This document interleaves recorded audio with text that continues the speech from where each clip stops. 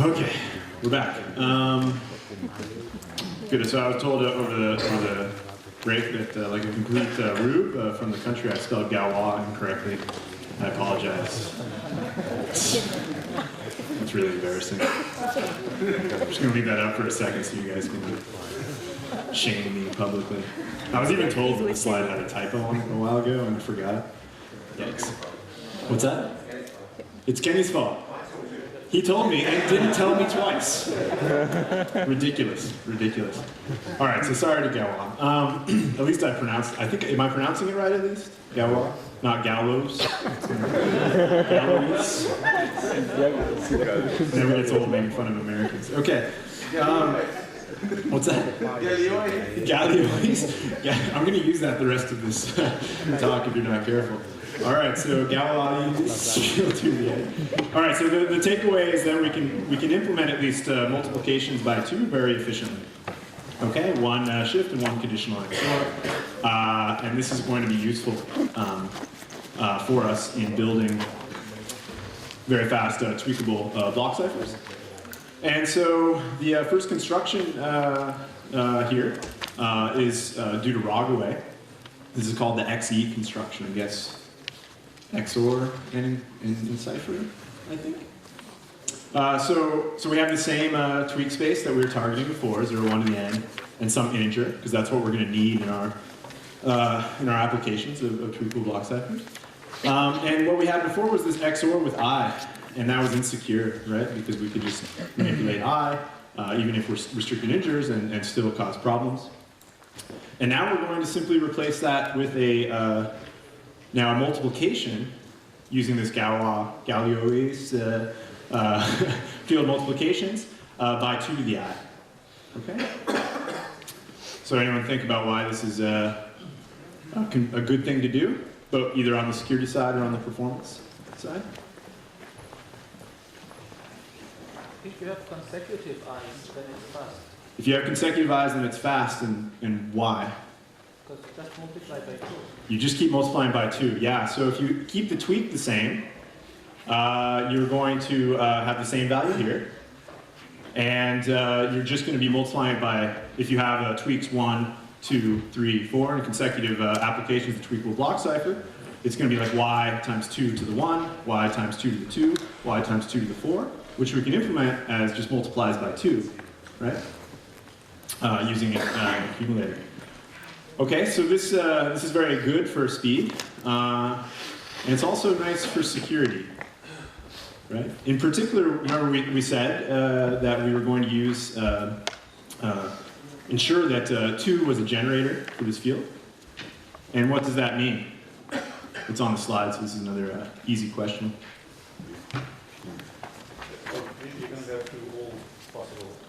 Right, right. So for a fixed y value, if you multiply by 2, and then 4, and then 8, and then yada, yada, yada, you're guaranteed to get distinct points up until when? Oh, sorry, question, yeah? You have to say that can't be cancelled out by a smart choice of m, otherwise you could do this in like a CBC. So that is something the fact that you don't know why, right? You don't know why, yeah, exactly. So, not building up to that point, but you're always ahead of me. So first though, let's think for any point y, right? We get distinct points, 2y, 4y, 8y, up until when? Yeah, the size of the finite field, actually 2 to the n minus 1, which is why we conveniently restricted our tweak space to be 2 to the n minus 2. So we can't wrap around. Aha, clever. Phil, good guy. Super smart. Okay, so good. So that's not enough, just that we have distinct points. They also need to be unpredictable, as Yehuda correctly pointed out. So if I knew 4y or 8y, right, I could just make my value m equal to this value, and then they would cancel out, and we get some predictable point like 0 here, say. And this would definitely cause insecurity, right? Because if you can force a 0 here, well, for 2 to the I and m, then you can do it for 2 to the I and 2 to the I plus 1 and m or whatever, and then this is going to cause the same point to the output and cause problems, right? So for sure, the security of the construction relies on ensuring the adversary, even though he gets to choose m and t, doesn't ever cause collisions on the input to e sub k, right? So the intuition again though is what is y? This y value is equal to t e sub k of t, right? We don't have access to k. All we can do is query the whole construction. We can't even query e sub k, just the whole construction, and we're never going to learn this point. And that's what the proof needs to show. Yeah. Excuse me? Yes. Yeah. Why do you use 2 to the I instead of I? So what happens if we use just I? Yeah, that's the question. Yeah, I'm asking you back. Like, you want answers from me? No, that's not how this works. Get someone else that I can't answer questions. Does anyone have an idea? So what happens if we just set this to I and multiply by I? But non-zero I, let's say. Yeah. Okay, non-zero, that's good. That's the low-hanging fruit response. Well, if you set it to 0, then it's going to be problematic. But you don't have any cached information. You have to do the entire multiplication every time again. That's true. Just take the M&M. The performance would be bad. It depends on what you're using. I guess if you're using it, yeah. So the performance would definitely degrade. That's absolutely right. Because you wouldn't be multiplying by 2s every time, right? If you go from I to I plus 1. Say again? Instead of just say the EK of t. Instead of adding EK of t? Instead of multiplying by 2 each time, I will simply add EK of t. So EK of t plus like XOR with I. Plus in the field. Plus in the field. Yeah. So if you XOR with I, we saw that construction already, right? No matter what the representation is. If you XOR with I, it's not going to be secure, right? You need to do multiplies. No, to multiply by I plus 1 is like to, when you know the multiplication by I, it's just adding y again, 1. Ah, I see. For security. Interesting. This is not true for GF to do the end. I think it's irrelevant. We'll just let this hang out there for a while. I don't have a good answer off the top of my head. My sense is that it wasn't secure, but as I think about it, I'm not sure what the counterexample is. Because it should be, because you get the same property, right, if you're multiplying by... I prime corresponds to the I that they don't multiply. Say that one more time? So if you use just I, say different than 0, then you can define a j which corresponds to the j of the previous construction, you can give you the same value. And you get to choose the j's and i's, right? Right. So I think that in general, I guess that whenever you use the pairwise independent hash function, it will work, right? I mean, that's probably the... That is true, yeah. So it should work. So I think that the real answer then is definitely the performance, right? And I think this... And you're suggesting there's better performance? I don't know. It sounds like a good question. Let me think for 1 sec. Yeah, you can shout out to you. Go. So you say multiply by I.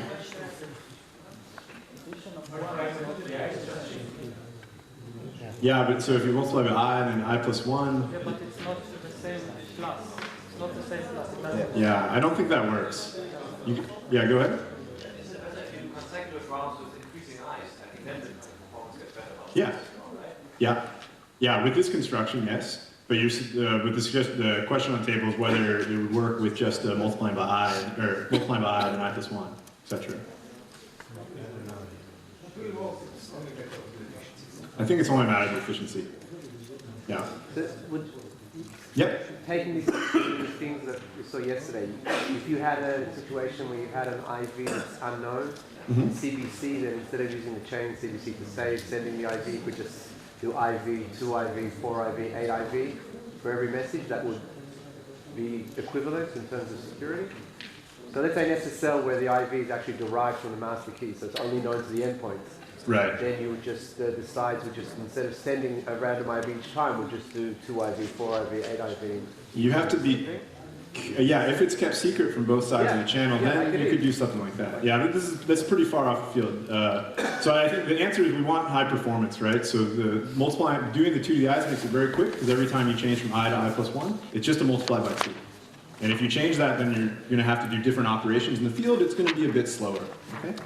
And the reason this is great is because of this fact, right? So if you're in a setting where you have to compute this block cipher on t, comma 1, t, comma 2, t, comma 3, then it's very fast once you compute t e sub k of t, you get y, and then you just multiply by 2, you multiply 2 again, and this is very, very fast, okay? And that's the answer. Thanks for the question, though. It's good tripping me up. Okay. Okay, so that's XE. Just another picture of OCD. Okay, so let's get back to this question quickly of yeah, that's wonderful.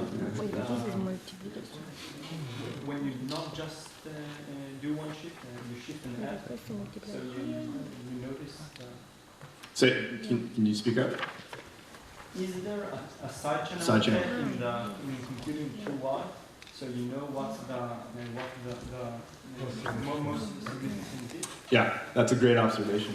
And this is so if someone was paying attention during Kenny's talks yesterday, right? The timing matters, and this implementation that I wrote here is not particularly good, right? Because if you actually implement it this way, you have a branch that's on this bit, a sub n-1, right? Which is secret, okay? And if you kept going, you're going to learn more and more bits, right? If you get to observe the sequence of, if you get to observe the sequence of branches or observe some side channel based on those sequence of branches, you actually learn the whole value, what? What value? Y, right? This value here, which would be bad, okay? And then you would be able to break security. So if you're going to implement this, don't do what I wrote here. This is for simplicity. You'd have to implement it in a constant time fashion, which I believe there's ways of doing that. What Yeah. Just add 0, add the code number. You always add. Yeah, you can. Yeah, you just do both each time. Yeah, yeah. So you just make sure you don't have a branch. And in general, when you're building crypto implementations, if you see a branch, you're in trouble. It's a basic rule of thumb. We were looking for side channel attacks recently in some code, and everyone was looking for if statements so we can start attacking things. Yeah, good. That's a great question. Everyone clear? Good. Okay, good. So we actually want something a bit stronger than just security against chosen plaintext attacks, which is all that I've been talking about thus far.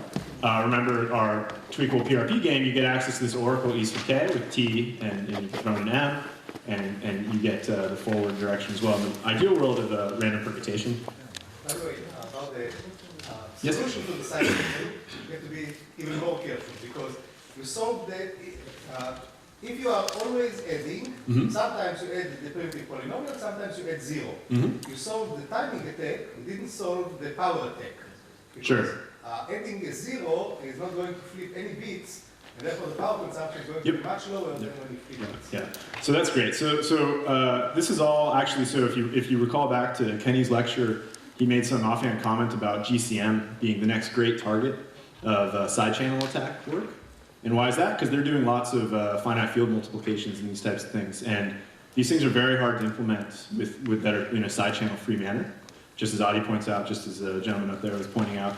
And so we have to be really careful, right? So there comes this blazing performance, which is the same reason Galois counter mode uses these types of things for speed, comes with a bit of complexity and price in terms of implementation, right? You have to be very careful. So it's a great caveat. Okay, so we want strong, what are called strong tweakable PRPs or tweakable strong PRPs, which all that means is that we change this security game such that no longer does the adversary just get e sub k and pi, or tilde pi, but also the inverses, right? The backwards through this tweakable block cipher for whatever tweak the adversary specifies. As well as the ideal permutation in the other world. Okay? To get some intuition for what this means, right, if we think about using it in a mode, right, for authenticating encryption security, well, we see things, and we'll see this in a few minutes in more detail, but PRP security means if you get to choose M and tweak, then this thing is guaranteed to be good. But when we're thinking about doing decryption and we want security against attackers who can choose ciphertext, then we need that for adversaries who get to choose C and tweaks, you should still get something M that's like random, right? And that's going to be very important in applications. Okay? And this captures that property. Okay, so this is my horrible rule of thumb for building strong PRPs. That if you did something for building a regular CPA secure PRP, just do it twice. and you'll get a strong PRP. Now, if you actually follow this rule of thumb, you're guaranteed to be incorrect, which is true of all my rules of thumb. But so the other part of this is that you need to check what you're doing afterwards. Okay? So in this particular case, we have this construction XE. What do you think we should do to do it twice? What are we going to do? Where's the symmetry going to come in that helps us with getting strong PRP security? Right now we're thinking kind of guys down here coming in backwards, and we want to make sure that everything is okay.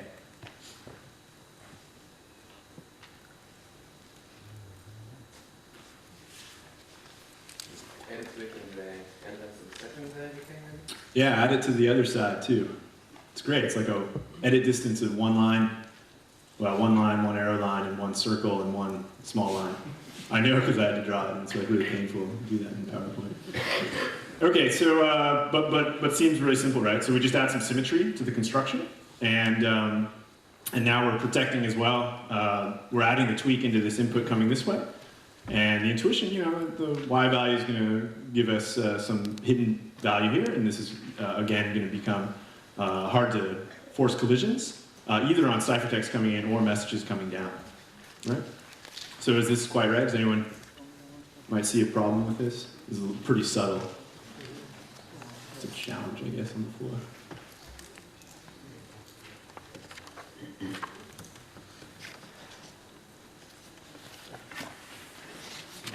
The XOR of the plain text ciphertext is equal to the XOR of the input and output of EK. So yeah, that's it's like this in EK. Yeah, that's good. So we're in a world where differential cryptanalysis doesn't exist. It's like we've moved on from differential cryptanalysis. Yeah, you're absolutely right. These types of constructions, the differential patterns don't get obfuscated, but we're assuming E sub k is resistant to differential cryptanalysis as any other cryptanalytic attack. No, the error is going to be in the mode, which is the typical error for all these things, not in the cryptanalysis. We did a good job on cryptanalysis. So we can't use this tweak t, 0. This causes problems in this context. Okay, here's an adversary. Just a bunch of code doing stuff. So you get these cute things that are hard to see, but let's do it graphically, okay? What's this guy doing? He's going to take the inverse oracle, so this is going backwards through the construction now, and he's going to query some point, 0 to the n, but now the index for the second part of the tweak is 0, and ciphertext 0 to the n. He gets to choose it, show ciphertext tag, and he goes backwards, right? So we have 0 to the n. What value is this? 0 to the n. It's 0 to the n XORed with this thing, right? So it's just that thing. Going back through d sub k, and then XORed, right? But this value, what's 2 to the 0 multiplied? What's 2 to the 0? This is a good one. This is something I can handle, I think, even. 2 to the 0 is 1, right? So this value and this value, my shaky laser pointer hands can handle it, are the same, right? So in fact, this value is equal to this value. So actually, this is decrypting y for us. I'm sorry, it's not decrypting y for us, but it's giving us 0 to the n e sub k. So it's giving us, this is y. So we decrypted it, and we get this value n equals ek of 0 to the n, which is, I guess that is y, sorry. So it is giving us back y. I just changed it from y to n in the slide, sorry.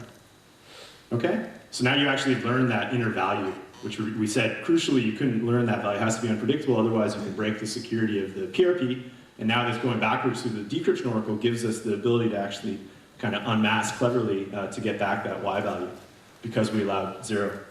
Okay, and then once we know that value, we can do some more queries just to abuse things and distinguish. Okay. So what would be any questions? It's a lot to digest. You can look at it offline and work through how the queries work, right? To verify that this works out. Definitely does. Any thoughts about what we can do to prevent this attack? Drop the 0 up there. Yeah, drop the 0. Don't allow 0. So this is the second part of the Tom's rule of thumb of strong PRP security, right? So do it twice and then be very careful checking what you do, and you'll probably be okay. So yeah, so just don't allow 0. We can change the tweak space to 1 to 2 to the n minus 2. And in fact, this prevents this problem.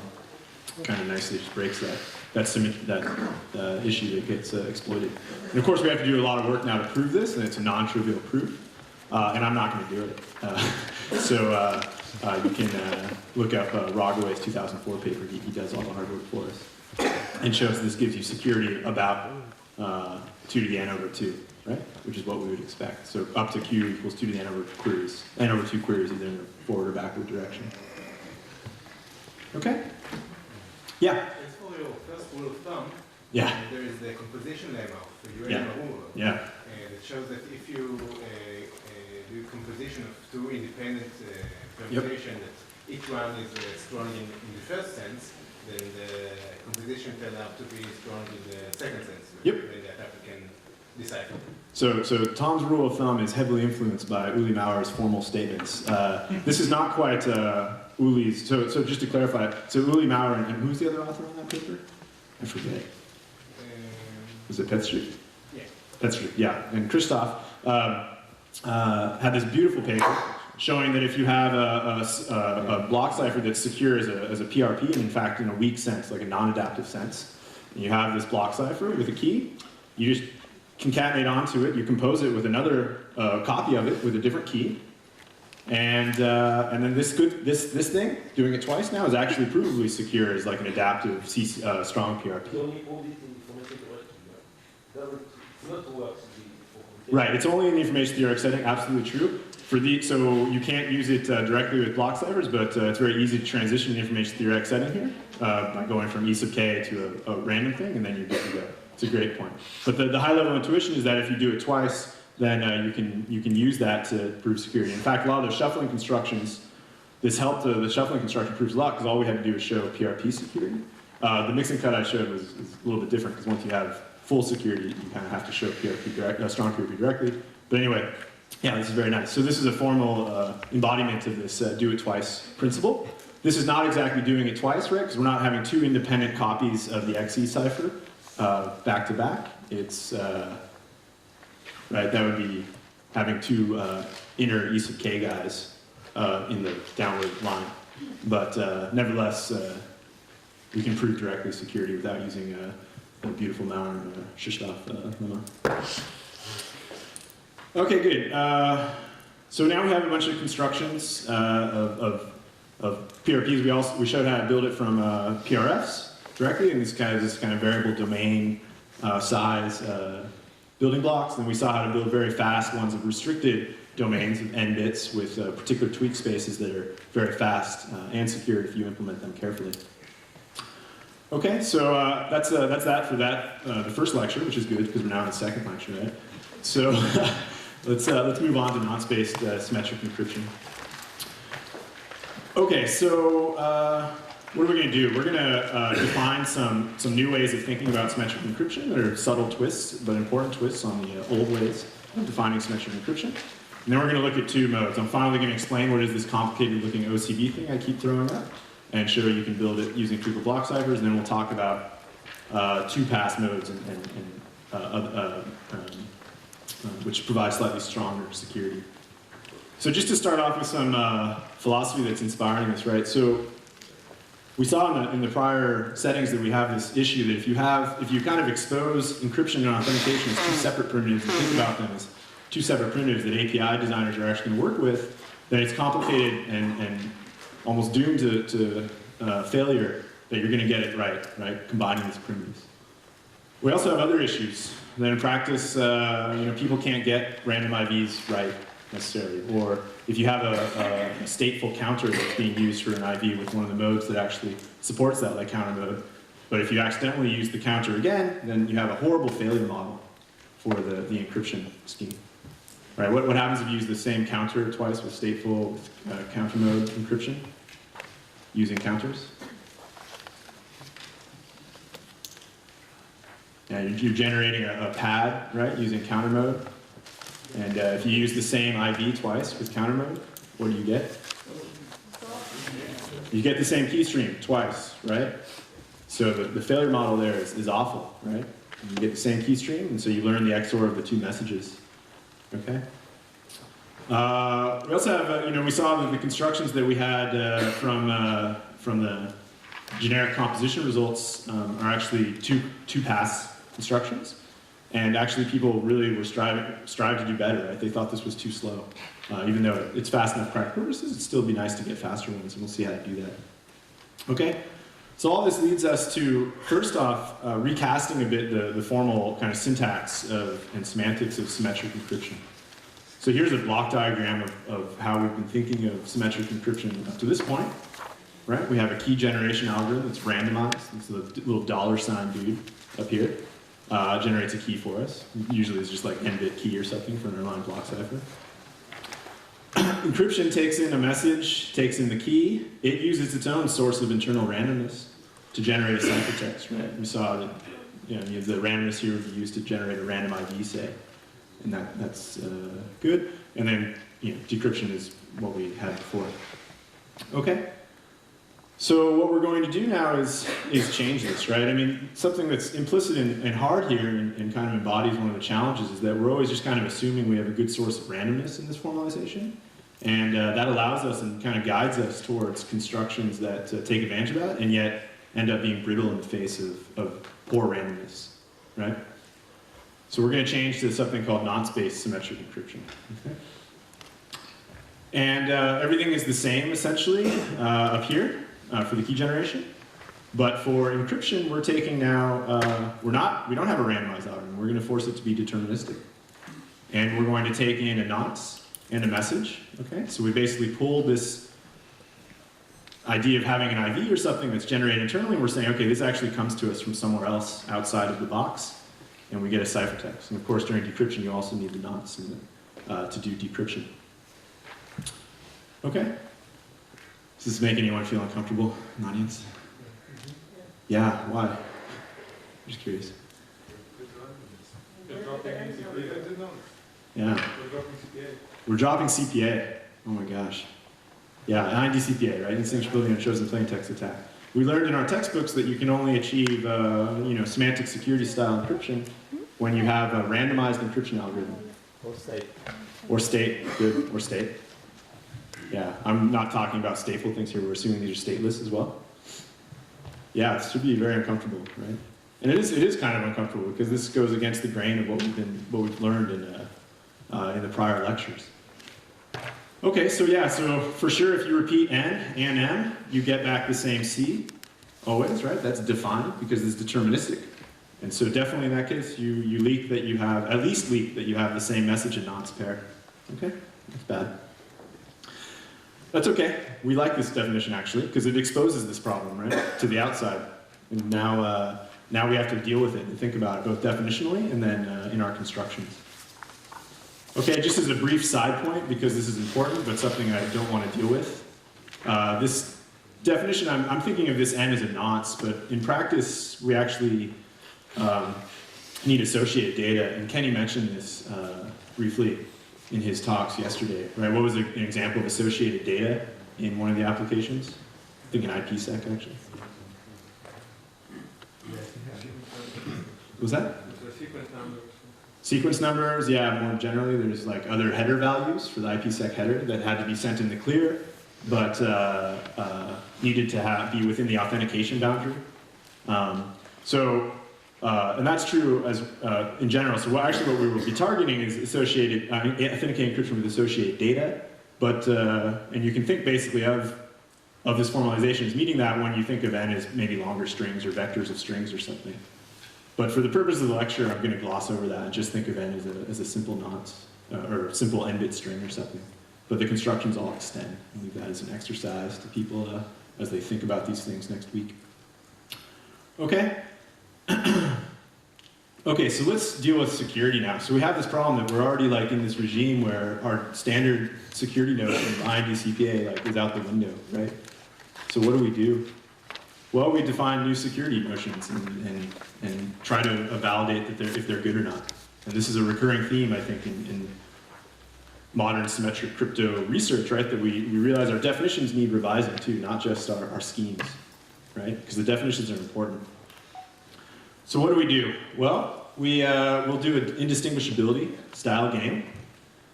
Okay, where we do pick a key as before, randomly, and we give an attacker access to an encryption oracle. Okay, we're not giving them access to any decryption oracle here, so this is like this is modeling a chosen plain text attack. But in fact, it's a little bit more, because we'll also allow the attacker to choose the value n. So he gets to choose the n, the nonce, and the message. Okay. We run encryption, he gets back ciphertext. Over in the ideal world, we are going to give him the same interface, same encryption oracle, and now the attacker needs to, or he's going to get back now just random bits of the same length as what a ciphertext would look like. The random looking set of bits, okay, and return C. So what's the difference between n and n? They're always together. Why don't you think of it as part of the message? Because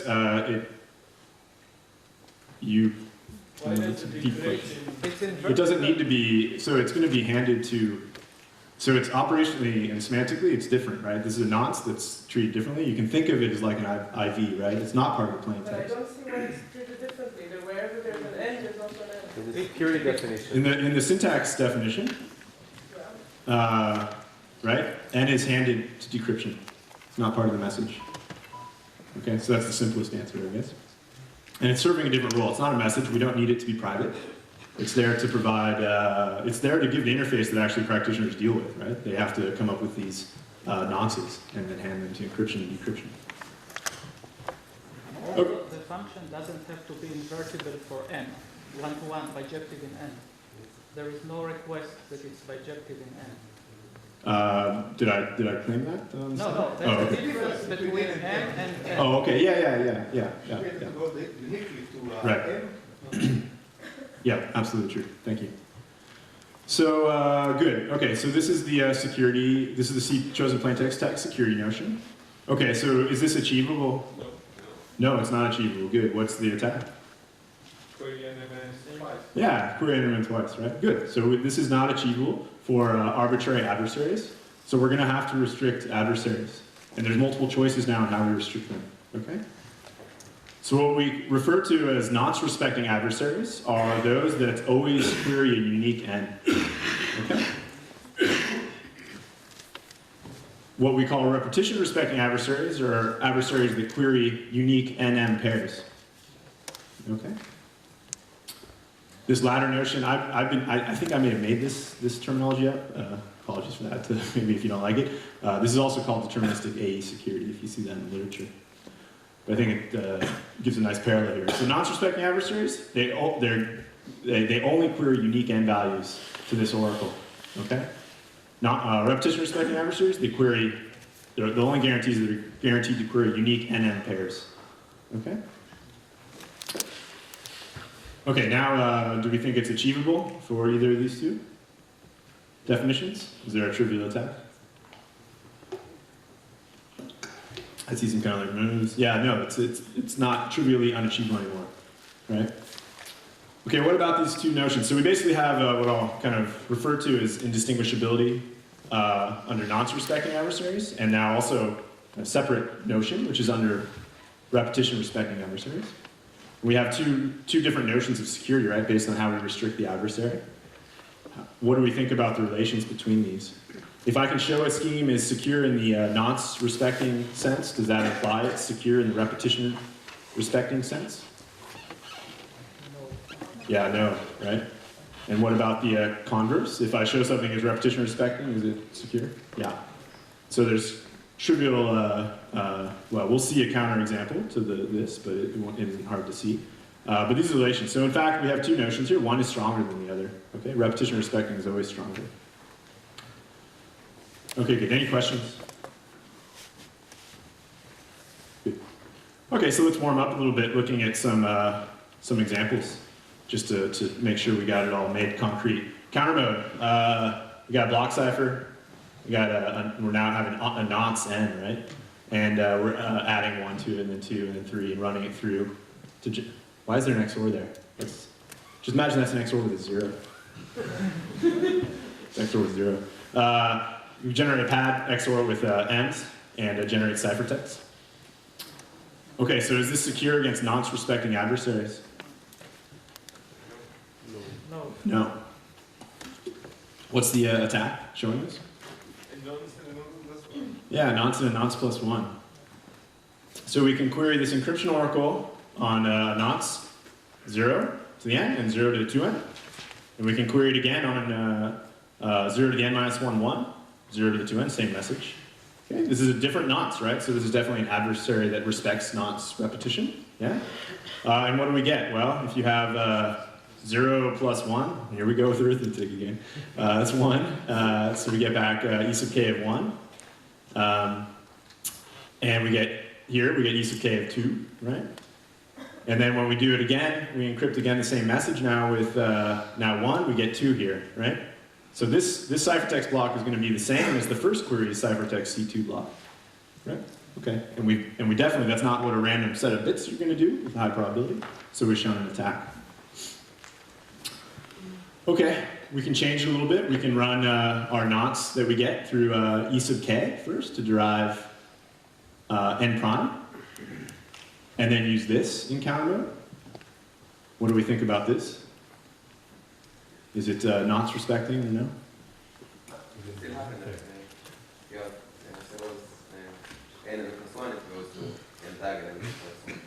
Say that one more time.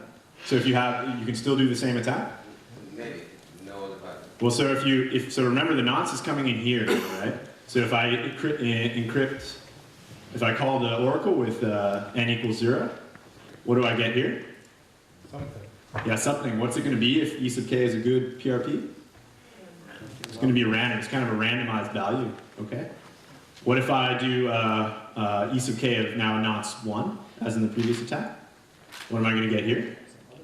Some other random value. So if e sub k is good, it's basically randomizing for every unique input. We're actually getting totally different independent-looking random values here, right? Subject to permutivity, of course. But that's okay. We can think of this that's fine. So these n prime values are actually randomized, which gives us back basically counter mode encryption when we thought of having a random IV. Okay. So that's good. It's actually secure in this sense. I'm not going to prove it, but we can do it as an exercise. Okay, remember we had this other notion though? What about repetition respecting adversaries? No, for his reason. Say again? For his reason, it's no. Yeah, for his reason it's no now. So you're ahead of me by one animation. Very good. So with a repetition respecting adversary, remember we don't necessarily require a different nonce every time, just a different nonce message pair.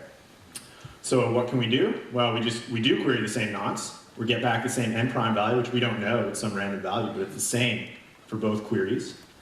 And then we just make sure we query different messages, but ones that are the same somewhere, so that we can check. Right? So in particular, we'll make the first block the same in both queries, and the second block different.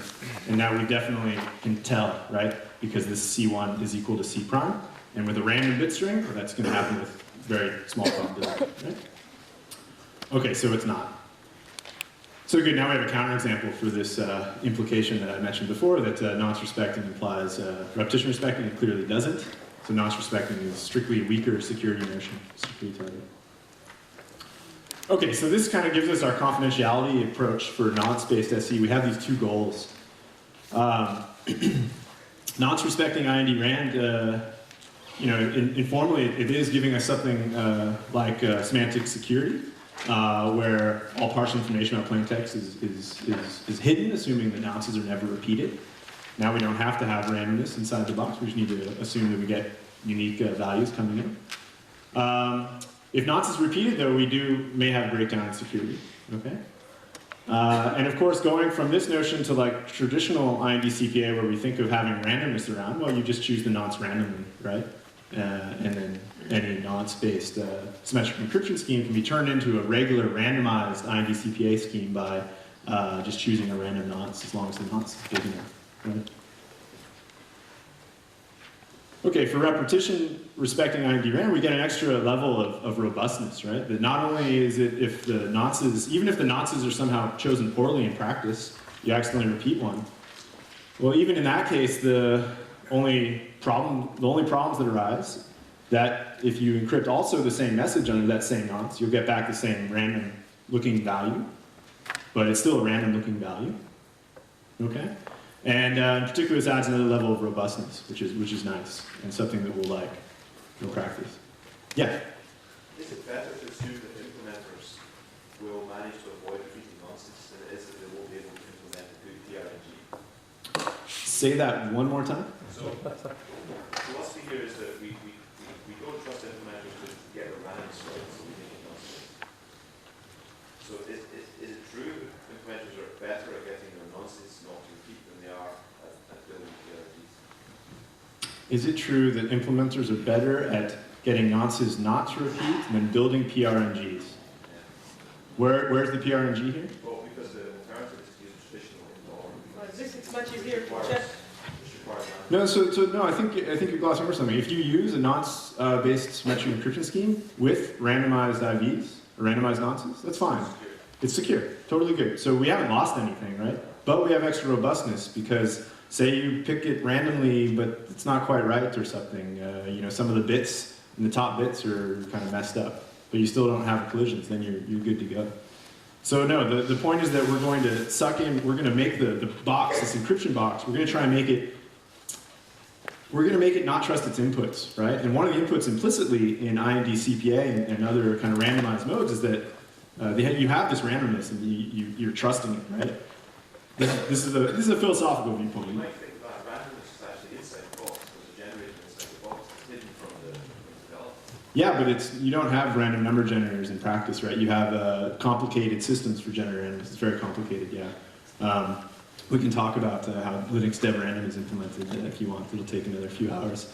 But the idea is, I mean, think about it from a programming perspective for those of you who are pure scientists, right? We're building a routine here that does encryption. We want to not trust our inputs as much as possible, right? We want to, make sure that that we do whatever we can, no matter what the quality of the inputs are that we're given.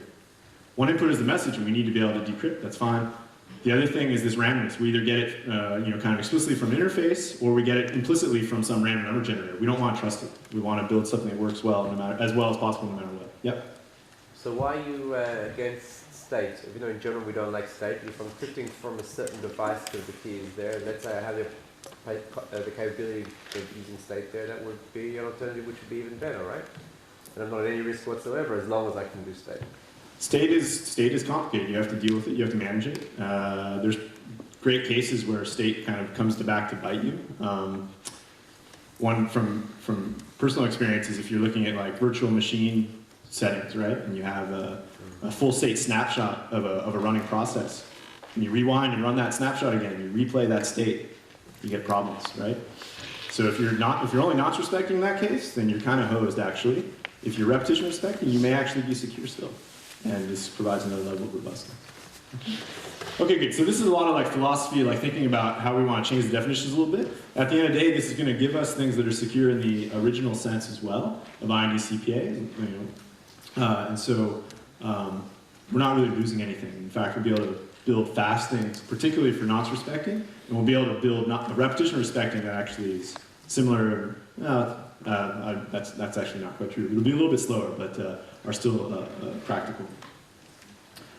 Okay, so this is only, remember we had this issue about active attacks, and we have only talked about chosen plain text attacks and confidentiality. And we saw before that there was two notions, right? You have the IND CPA and you have C-text. And again, we're going to have two kind of notions, right? We have two sets of notions. We have confidentiality notions, and we have integrity notions. Okay? And so nonce-based C-text integrity is much like regular C-text integrity that we saw before. We have an adversary that gets access to encryption and forging oracle. He now gets to encrypt using the same interface, NM. We keep track of which ciphertext and nonce pairs come back. He gets to try to decrypt under N and C, and as long as N and C is new, he's going to win if he can force it to decrypt some value to a non-bottom value. So get decryption to actually work. It's the crypt oracle you mean? Say again? You mean the crypt oracle at the top? Oh yeah, I'm sorry, that's a typo. Yeah, it should say decrypt. You are trying to forge though, so I guess that's a yeah. So decrypt oracle. Thank you. Okay. So and we measure it as before using the advantage that you can cause this guy to actually. This return true means he's won, right? He's won the whole game. Sorry, this is a little bit poor notation. Return true means he won the whole game. And the game stops. Okay, and this provides an authenticity notion like what we had previously, but for nonce-based symmetric encryption schemes. Oops. Okay, so just a quick sanity check. Is nonce-based counter mode secure in the C-text test? Or did someone say no? Oh, Kenny said no. Oh, thanks, Kenny. No, why not? Yeah, because you can. He feels like he's part of the team again. You can bit flip, yeah, and more generally, of course, any. Yeah, so you can query encryption, get back N and C. C is now this XOR of this pad generated with the message. You can flip any bit. It's a new ciphertext. Submit it to decryption, and it's going to decrypt correctly. Right? So definitely not secure. Good. No, bit flipping. Okay, so meeting ciphertext will prevent that. Okay.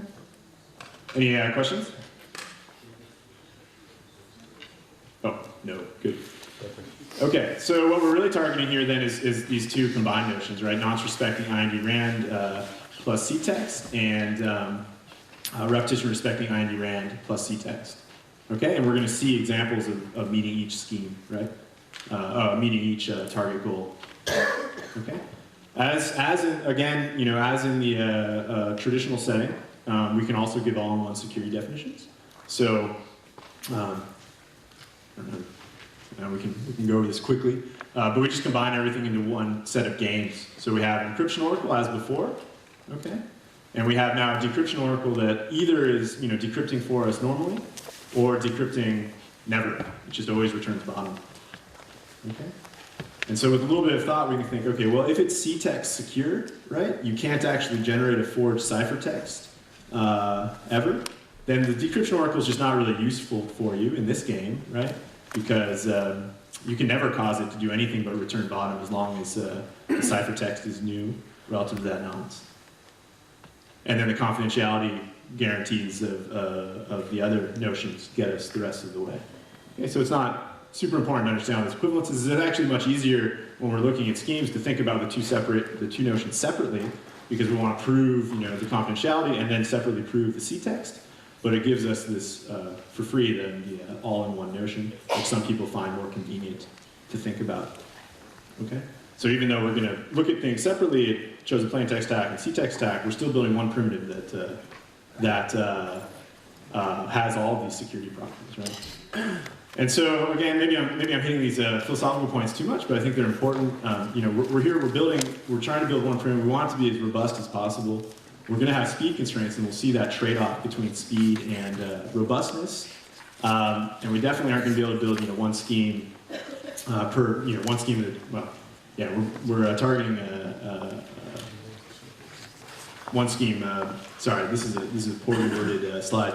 We're going to build a scheme SIV that achieves this robustness property of repetition respect, and we're going to build a scheme OCB that achieves the other property. Okay. Ideally, we'd like to have only ever use the former SIV mode because it's fast, because it's more robust, but it's not as fast. Okay. So now that I've confused everyone on that slide, let's just move on. Okay, so let's get to the constructions, and we'll go from there. Okay, so OCB mode, I think the starting point is actually just rolling right back onto ECB mode, right? Back in the early 90s. So what's wrong with ECB mode again? Just this is another softball question. Everything. So many things are wrong with it, yeah. The best thing, I think, is the Wikipedia version of why this is wrong, which is the encryption of the Linux Penguin with ECB mode, which gives you a kind of like hipster version. It's kind of faded out a little bit. It's chilling. So yeah, very bad, right? Of course, because of all sorts of issues. What's cool now, though, is that we can fix all this pretty easily, at least pictorially, using tweakable block ciphers and nonces. Okay. So this is the CPA core of offset codebook mode, which is what OCB stands for. And what we're going to do is use, in place of just a regular block cipher, now we're going to use a tweakable block cipher with a nonce n as the first part of the tweak, and then an index I, in this case 1, I, in this case 2, for the various parts of the for each block. Okay? So what do we think?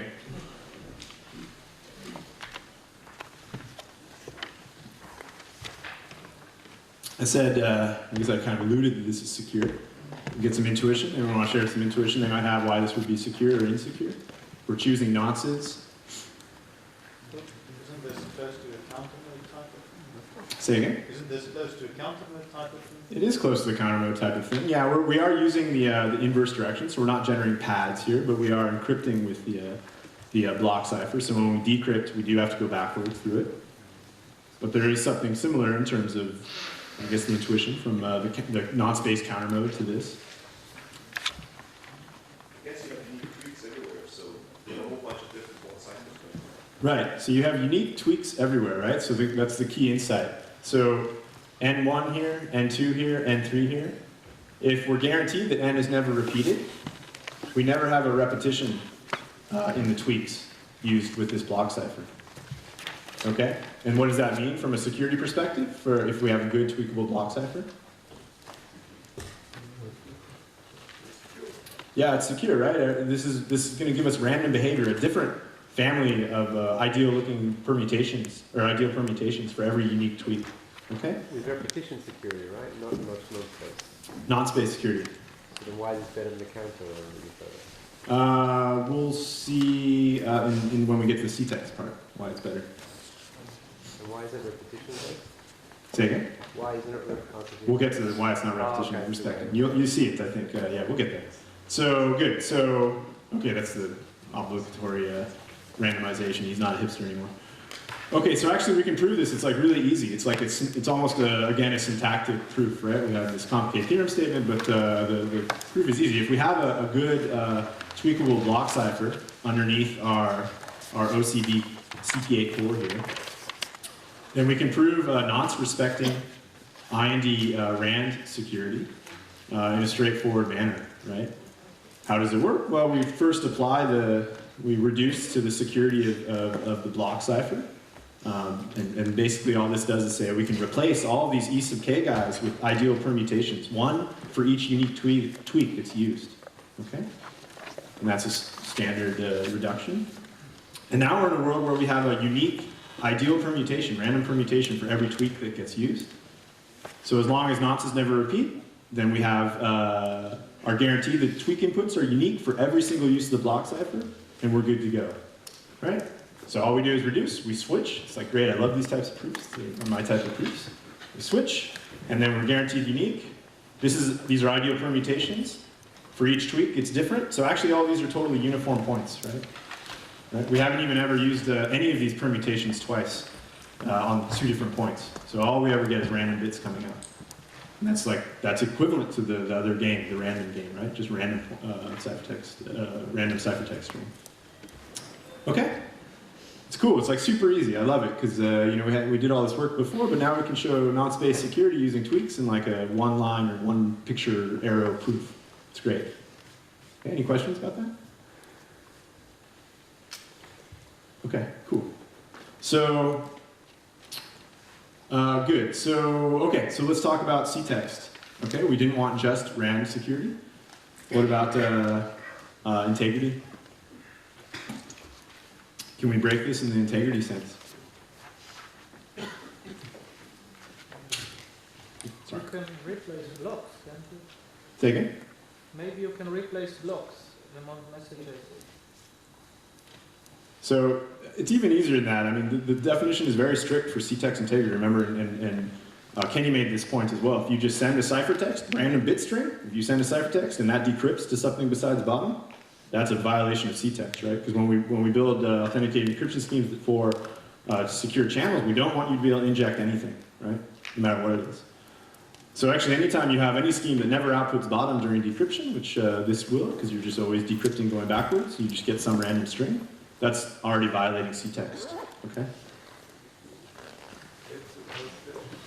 Say that again? It's a error detection code. Add some error detection code, good. So that was, you gotta wait for the animation first.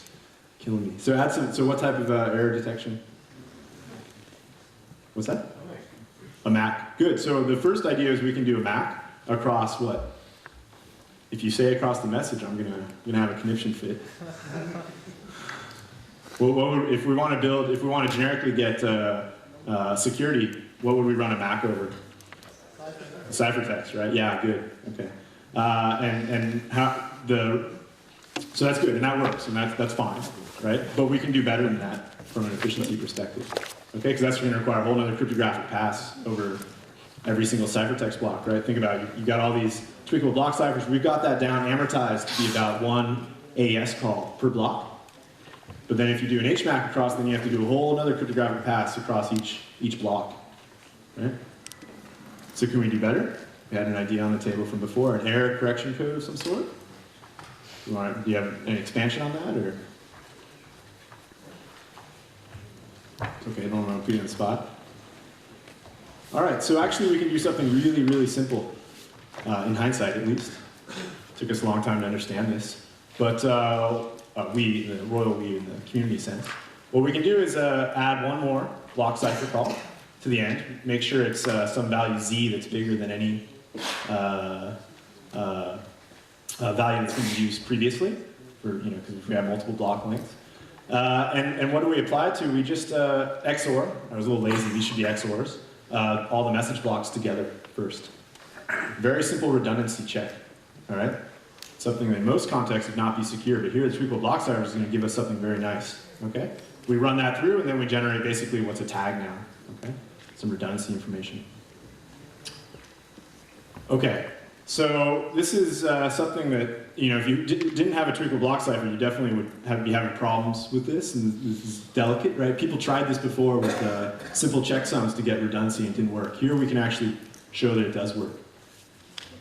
As a quick thought thing, why not do C1 plus C2 plus C3 up here instead?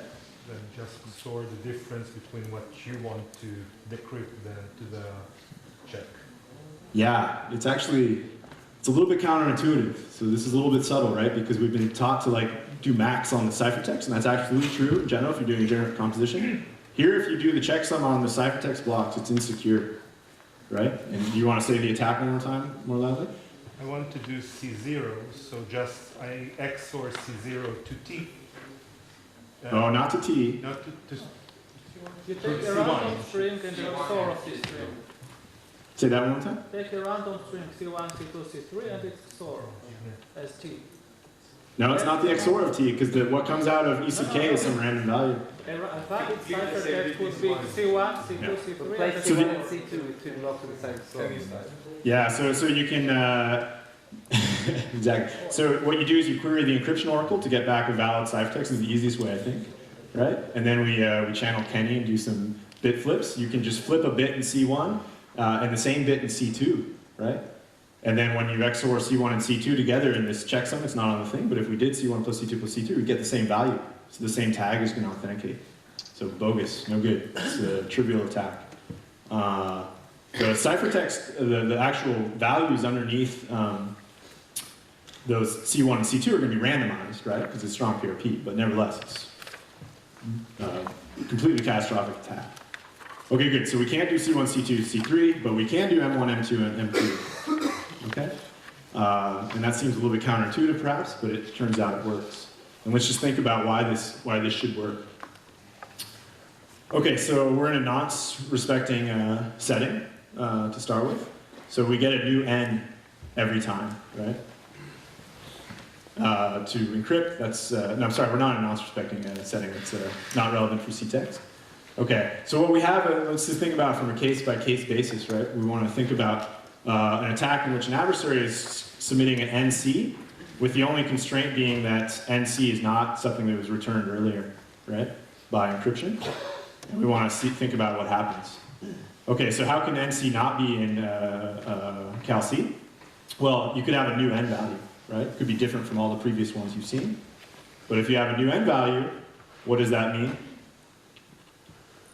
Yeah, it just means we're getting totally random behavior out of everything. In particular, T is going to be some new uniform random point that we haven't seen anything about before. So probably the tag that you submitted is going to be collides is low. Okay. Okay, that's one thing. The other case, we could have C being different, okay? So there's some bit that's been flipped here, C1, C2, or C3. Okay, but the nonce may be the same as before. But as we change C1, even if we decrypt, right, we're going to get a new random looking M1 value. Okay, because we're going backwards now.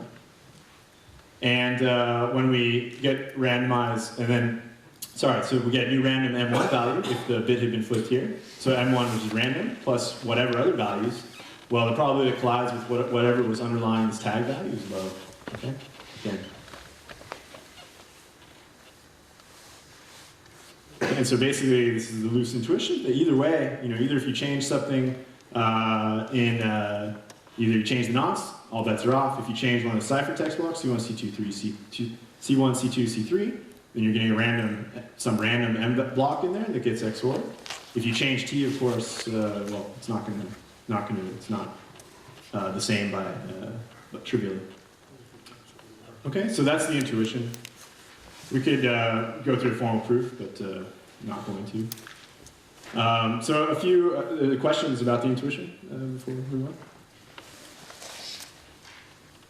Yeah? The first lecture you worked was very persuasive about wanting to keep your results as length preserving. And here you do add a tag. So doesn't Tom what you said authenticate in the first lecture? So that's a good question. We're going to have two parallel goals, two orthogonal goals, different goals, right? One is to build AE schemes that are secure and as robustly secure as we can make them. And then another goal, which we'll see in the next lecture, is going to be building schemes that work in operational environments that don't allow redundancy, like this. Okay? So those are two parallel targets, the two different targets that we want to hit. Right now, we're trying to hit the first one. Okay? Yeah.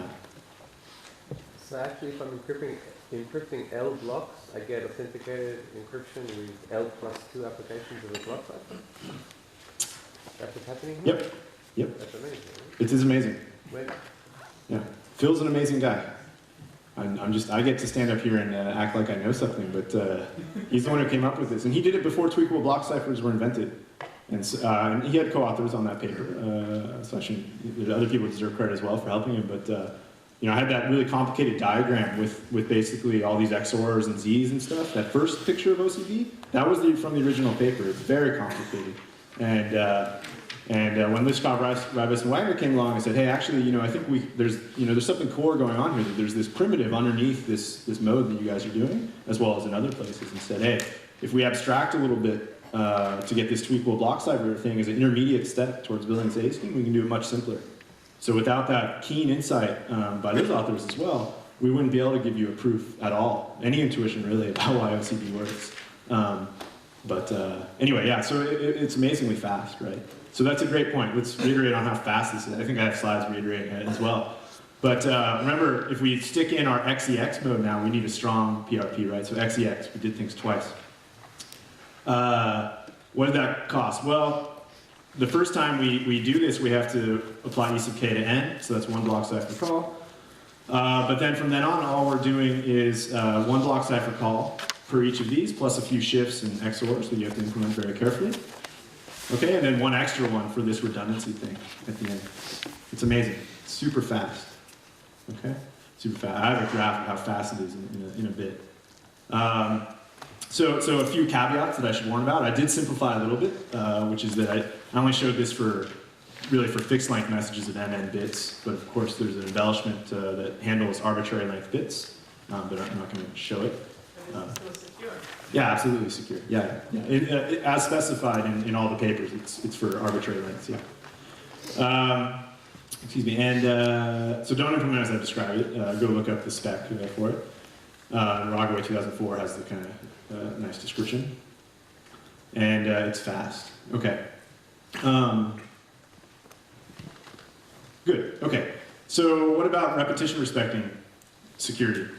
Right? So we saw that this is provably nonce respecting secure, right? So it provides the nonce respecting adversary security for confidentiality, and we can show C-text. What about showing C-text and repetition respecting security? So recall that this just means that we only force the adversary to repeat NM calls, never to repeat NM calls. Yeah, great. Yeah, good. So what's a trivial attack? Change M2. Yeah, good. So we can just query the same nonce both times and just change the second block, and we're going to get the same block out here and different blocks there, right? But that's enough to check. It's clear. It's not repetition respecting security. So it's trivially not, which is unfortunate, but it is what it is. Okay. So that kind of finishes off our understanding of OCB at this point. It provides basically it's still to this day the fastest single pass nonce respecting scheme. Okay, and it doesn't give repetition respecting security, but it is blazingly fast. Right. So this is a graph from Royal, which kind of puts this in engineers' terms of cycles per byte for OCB compared to other modes of operation. These are two pass modes, Galois counter mode that we saw previously, or I'm sorry, we didn't see it, it was mentioned previously. CCM, which is also a two-pass-ish mode. And this is just counter mode encryption, so kind of the fastest insecure encryption mechanism that we have. That's this graph down here. So you can see that basically OCB gets really close to a counter mode, right? Which is about as good as you could expect. Yeah? You lose a little bit if you massively parallelize because the whole point is you're multiplying only by 2 each time. Say that one more time. You can parallelize. It is parallelizable. Yeah, it's parallelizable, but part of the idea was that you're only multiplying by 2 each time, so that's almost nothing. But now when you want to parallelize, does it make much of a difference, or it's also almost nothing? Yeah, that's a great question. I haven't implemented it myself. So the question just for everybody is, if you go to parallelize, if you're trying to do this in a parallel setting, so if we look at the structure of If you do it as partial parallelization, yeah. give a chunk of consecutive blocks to each one of the processors, then you can still get something good. Right. So yeah, there's a bunch of trade-offs I think you can play here between full parallelization, partial parallelization, or just pipelining. I mean, a lot of the speed up you get from having a parallelizable mode is just that pipelining becomes easier, right? In many implementations, if you actually do have lots of cores to play with, then you can play these games. I mean, I think there's other observations here. We could also actually pre-compute a lot of these values, right? If you know the nonce ahead of time, and you can actually pre-compute that before you get the message, which is also nice. And you could also pre-compute the offsets, right? Once you know the nonce. So, yeah, great question. Yeah. Other questions? So it's cool. So if you can come up with, this is a great research question, if you can come up with a scheme that goes under this, that would be pretty amazing. Well, sorry, not under counter mode. I think that's probably impossible. Maybe not, I don't know. Using AES, of course. You can't cheat and use a faster cipher.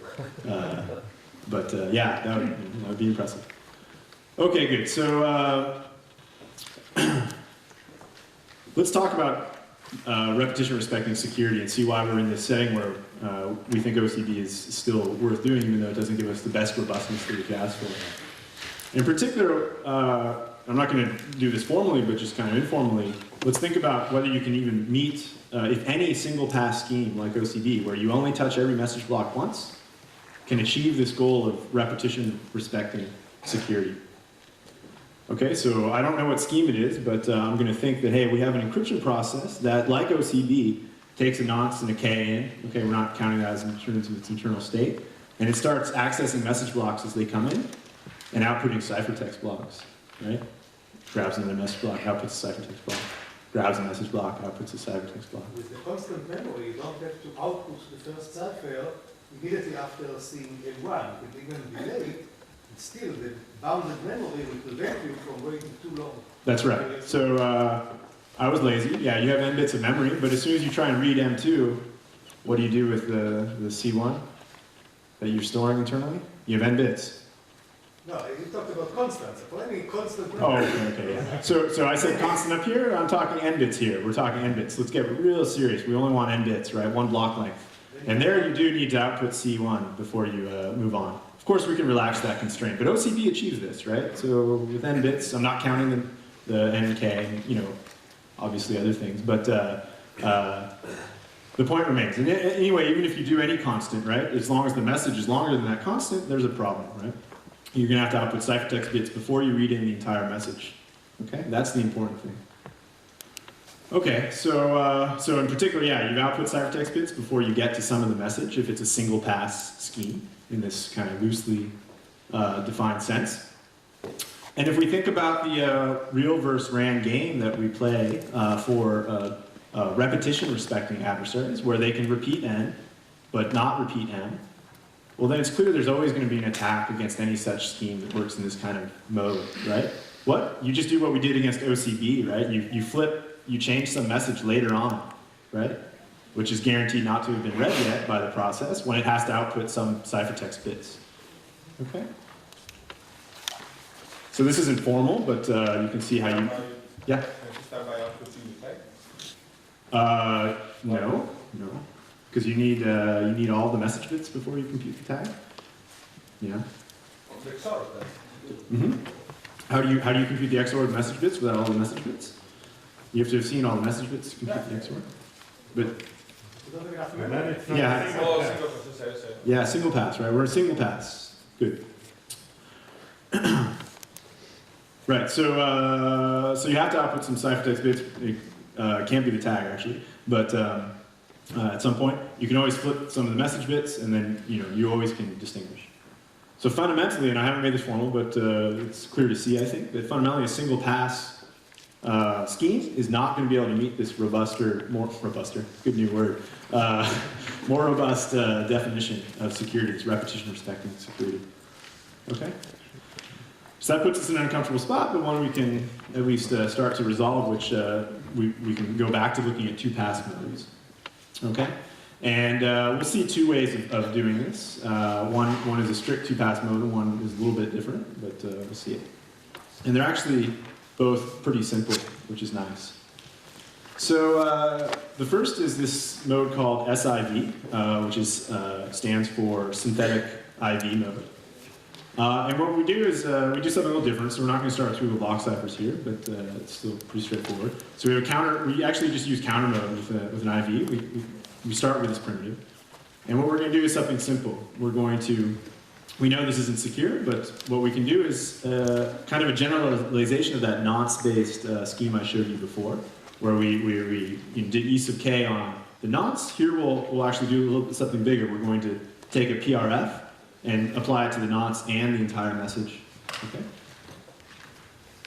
And that's going to generate for us this synthetic IV that we then use with counter mode. Okay? And we output both. Okay, so what do we do during decryption? Well, during decryption, we decrypt as normal using counter mode. We have to have the synthetic IV as part of the ciphertext. We get back a message, and we need to check. We go back and run it back through this F sub k2, get back a new value, and check that it matches with the IV. Okay, and this provides our integrity check. Okay, much more powerful checksum than what we were doing with OCB. Okay, so let's just think informally about what this provides in terms of security. So if we never repeat an N and M, what can we say about the IVs if F is a good pseudorandom function? Random, yeah, so this is good at randomizing. It gives a random output for all distinct inputs. So if N and M never repeat, we just have a sequence of randomly chosen values for IV. Right? What do we know about counter mode with randomly chosen IVs? It's good, right? Yeah, it provides the right type of security. For C-text, okay, so that gives us the confidentiality goal, right? For integrity, well, what happens? If you change any component, change any ciphertext component, right? If you change if you do what Kenny loves to do, flip a bit down here, you're going to get a different M value up here. Yeah? You're running that through F sub k2, and it's very unlikely to hit the IV that was in the ciphertext. Right? If you change the IV and leave this all the same, well then, again, it's very unlikely well, it won't hit deterministically, right? Because F is deterministic. Okay, so this provides a lot of, this provides C-text security as well. Okay, so really simple construction. How does the speed compare to OCB? Depends on the pseudorandom function. Say it again? Depends on the pseudorandom function. Depends on the pseudorandom function. Great. So what's a good pseudorandom function? HMAC, AS-CBC. Let's go with AS-CBC, I guess, or yeah, just so it's a consistent primitive. Double. So again, it's double, right? So it's like at least two times the number of block cipher calls once you add it all up together to compute this relative to OCB, right? And in some sense, that makes sense, right? We have to do 2 cryptographic passes. I already argued for you that we can't do it in less than 2 cryptographic passes. So that's, yeah, it's not great from a performance perspective. What other issues are there from a performance perspective? Yeah, for question first. The answer is non-parallelizable. Before that, you argued beforehand that It's you worse have than to that, actually. you have to make 2 passes. You didn't convince me you have to make 2 cryptographic passes. That's true. Nothing in your proof that said that you can't do something non-cryptographic followed by something cryptographic. Right, and that would, that distinction, and this is kind of why I fudged on formalizing something here, but in terms of what a single pass meant, is you'd have to define what cryptographic meant there to actually make a statement. I mean, I know informally we know what this means, right? You're going to apply a compression function call per bit of input twice or something, right? But, or per block of input twice. But formally, yeah, it's not clear what that means exactly. So,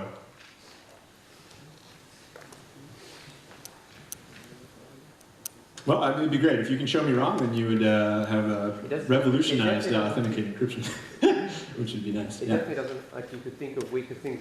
We don't in practice know how to make them more secure, but for example, it doesn't have to be, and you can apply a hash function which gives you enough collision resistance. Oh, right. So you could be doing things which are... Okay, so you're using cryptographic in it. Yeah, okay, so yeah. So no, this is even better maybe, pairwise independence is not going to be good enough, but let's say you had... Right, so that's actually a good point. In fact, this gives us that actually already with a different choice of F, right? Because we can replace F with something like UMAP, which we haven't seen, but it replaces kind of the compression part of CBC mode with like universal hash computations like Galois or Galois counter mode, the universal, the message authentication portion of that we could also use here. I consider that a cryptographic pass. It might be faster per block than AES, and that's definitely true. But you still have to do one multiply per block of input. So yeah, that's a great point. So we could replace it with something like a universal hash, and that, for those of you who know what that is, it could be a little bit faster. But still, it's going to require manipulating every block. Yeah. Good. Okay, performance issues. So parallelization is somewhat out, right? You can implement F parallelizably, right? If you have an appropriate mode. CBC is not like that, but you can use different ones that are. Counter mode is parallelizable, so you get kind of parallelizable in 2 steps, kind of. Okay. But not true parallelizability. Excuse me. The other big issue is that you need, you need to read again every single message bit before you output any ciphertext bits, which for like routers and stuff can be problematic. If you really have a lot of data coming in, you need to encrypt it on the fly, and you have to have big buffers to keep this stuff around. So it's not optimal, but it does give us a lot of robustness. Cool. Yeah. Is it true that here you cannot truncate the ID, the tag value? Yeah, you need it to be birthday bound secure for the security of this.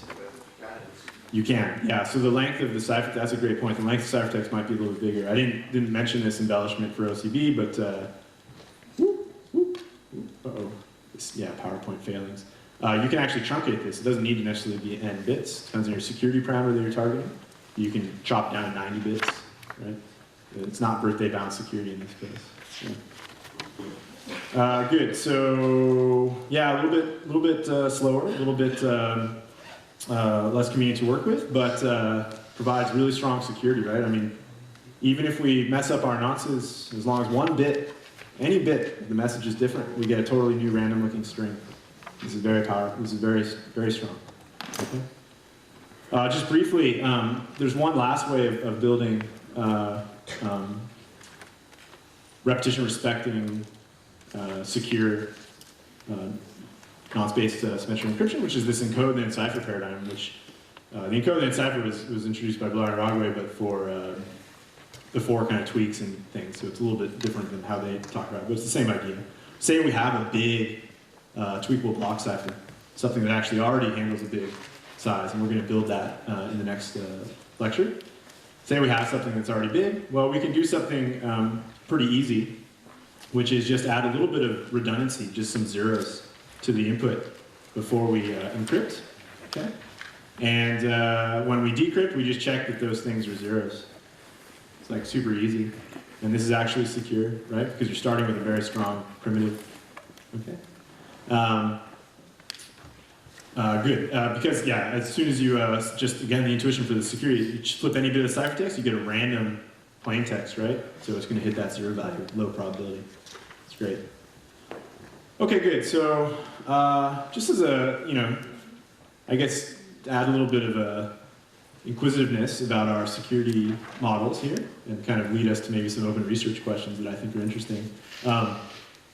We have these two last modes, right? We have robust things, SIV mode and encode then encipher.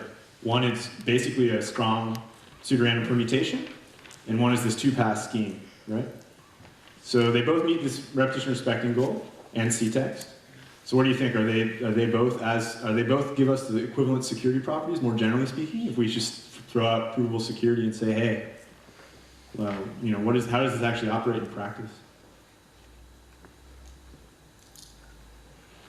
Any thoughts?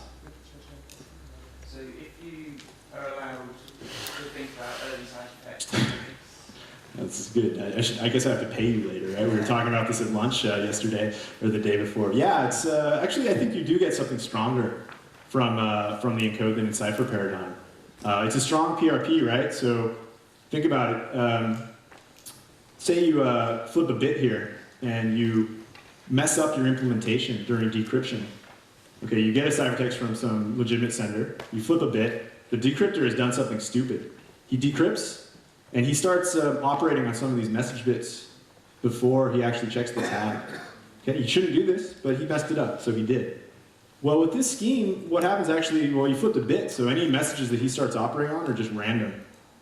This seems good. With the SIV, then encrypt mode, that's not true anymore, right? This is counter mode. He can flip a bit. If he forgets to check the tag value, well, you control whatever he sees, whatever this application starts processing. Okay? So actually, I think this encode and encipher actually provides quite a bit more robustness, right? Even though our models haven't captured this. And so in some sense, I think these models are good, and I think what's important when we're working with applied cryptography is to always have a healthy skepticism of our models, no matter who's generating them. Okay? And I think actually having a good, crisp clarification of this particular issue is a nice research question, actually. Okay? But, this comes with a price, as we'll see in the next lecture. Encode and encipher, I don't know how to do it faster than about 3 passes. Yeah? I have a security question. Yeah. Are we assuming in the C-text game, the adversary is allowed to also play around with the nonce, right? Mm-hmm. So I'm missing something. Why can't, if you change it at the end, why does that make it reject? So he has to query it. He can't just, the rejection criteria is just to avoid trivial wins, right? So if you call the encryption oracle NC, or NM, and you get back NC, and then you send that NC to the decryption oracle, of course you're guaranteed that it will decrypt. So we can't allow that in the game. This is a little technical. No, so that's why we restrict that. it. If you change the end, you're changing the IV and the counter mode, right? No. I don't know what mode you're thinking of, but SIV mode. if you change the end, you're changing this boy up here. Yeah. This dude. So now essentially what happens is you change the IV and the counter mode. Yeah. So you get complete garbage coming out. Yeah, if you change the end. The last thing I was talking about is if you flip a bit of the because the IV is part of the. That's not in my slide. The IV is part of the ciphertext. Mm-hmm. Yep. Oh, that's not in my slide. I think why don't we talk about it over lunch? We have lunch in like 2 minutes, right? I don't have another 40 minutes to go. Okay. All right. So this is an important issue. There's some speed efficiency issues, and I think my sense is that there's probably something fundamental at each of these levels. Okay. Just very briefly, we want more robustness. That's kind of one of the lessons here. If we can get it, there seems to be performance trade-offs that are unavoidable. In terms of implementations, these types of things, we really do want to make this stuff easy for users, right? If you look at the OpenSSL library right now, and you want to go program a new encryption program, you have to deal with this like encrypt, like you get CBC mode encryption and you get like a MAC interface, right? We don't want that. We want one interface where you call it with a message, maybe a nonce, maybe nonce to handle internally library, and it gives you back a cipher text, right? We want to take more of the cryptographic stuff and put it in the box, right? Not let people have to do more work. And Tweakable PRPs are pretty cool. All right, let's leave it there. Let's go get some lunch. Thanks.